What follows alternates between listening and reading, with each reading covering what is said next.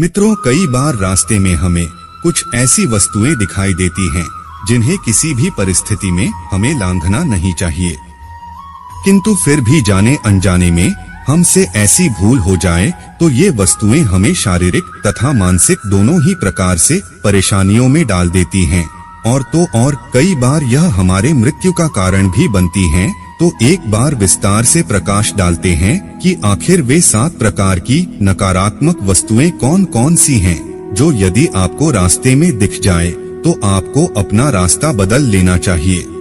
मित्रों, कभी कभी हमें रास्ते में किसी के स्नान करने के बाद फैला हुआ पानी दिखाई देता है। वैसे कहने को तो सिर्फ गंदा पानी है और उससे ज्यादा कुछ नहीं, आप चाहे तो इसे लांघ कर भी जा सकते हैं, लेकिन विष्णु पुराण के अनुसार यह मात्र गंदा पानी नहीं अपितु इससे भी कहीं अधिक बढ़कर है।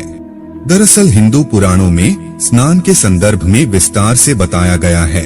इसमें बताया गया है कि किसी भी मनुष्य के द्वारा 4 प्रकार के स्नान किए जाते हैं: मुनि स्नान, मानव स्नान, देव स्नान और राक्षसी स्नान। इसमें राक्षसी स्नान सबसे निम्न कोटि का स्नान है। साथ ही इसमें यह भी बताया गया है कि स्नान से न सिर्फ आपके दिखाई देने वाले इस भौतिक शरीर की, बल्कि इससे आपके सूक्ष्म शरीर अर्थात ऊर्जा से बने ऐसे शरीर जो अस्तित्व में तो है लेकिन दिखाई नहीं पड़ते, उनकी भी अशुद्धियां धुलकर इस जल में मिल जाती है।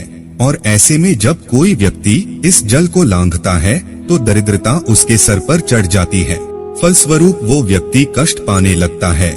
इसलिए मित्रों, भलाई इसी में है कि यदि कहीं आपको ऐसा पानी दिखे तो आप इसे लांघने से बचिएगा। अब बात करते हैं दूसरी प्रकार की अशुद्धि की। मित्रों, कई बार रोड पर हमें मृत प्राणियों की अस्थियां दिखाई पड़ती है। आम तौर पर ये अस्थियां उन दुर्भाग्यशाली जानवरों की होती है जो सड़क दुर्घटना में मारे जाते हैं।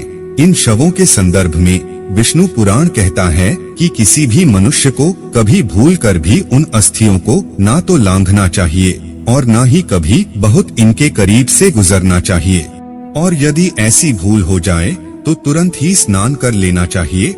और इसका कारण आपको पता ही है, क्योंकि हिंदू शास्त्रों में बताया गया है कि शव अथवा शव के अवशेष जैसे अस्थियां इत्यादि के आसपास नकारात्मक शक्तियों का वास होता है, फिर चाहे वह शव किसी जानवर का ही क्यों ना हो। अतः ऐसे में यदि कोई मनुष्य इनके संपर्क में आता है तो इससे उसकी पवित्रता तो नष्ट हो ही जाती है, साथ ही उसे विभिन्न प्रकार की परेशानियों से जूझना पड़ सकता है। तो मित्रों, जितना हो सके आप इस सब झंझट से बचकर रहिएगा।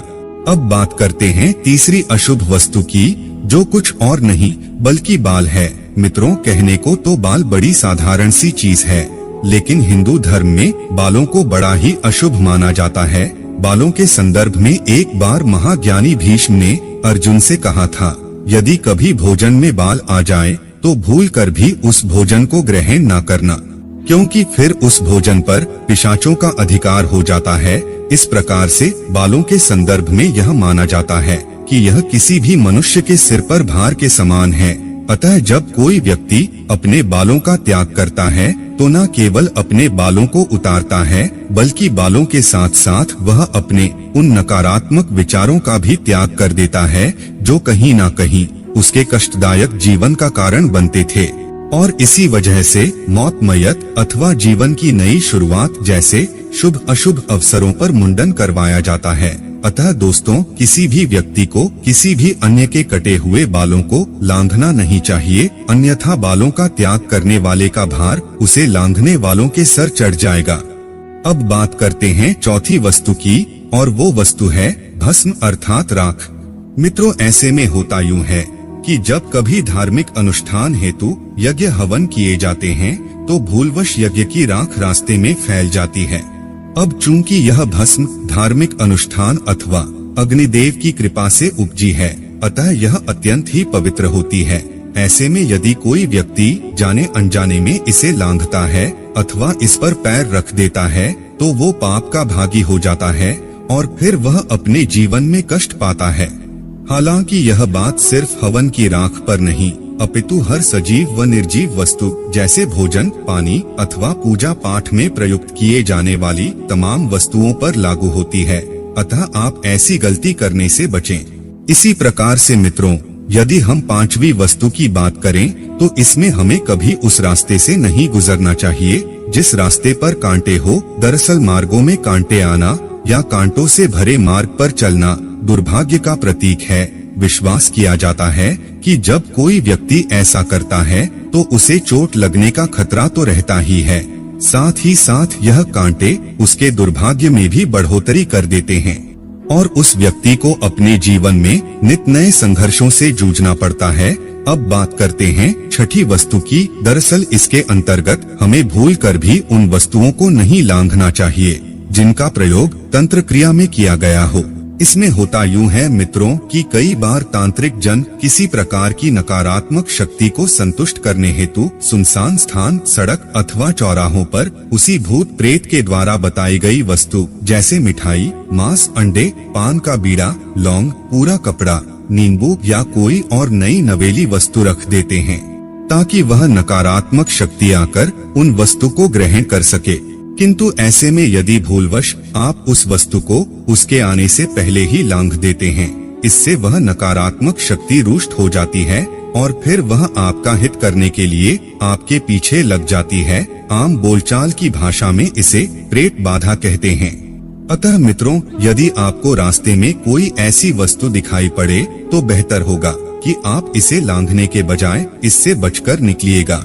यदि संभव हो तो आप अपना रास्ता ही बदल लीजिएगा। अब बात करते हैं अंतिम और सातवीं वस्तु की।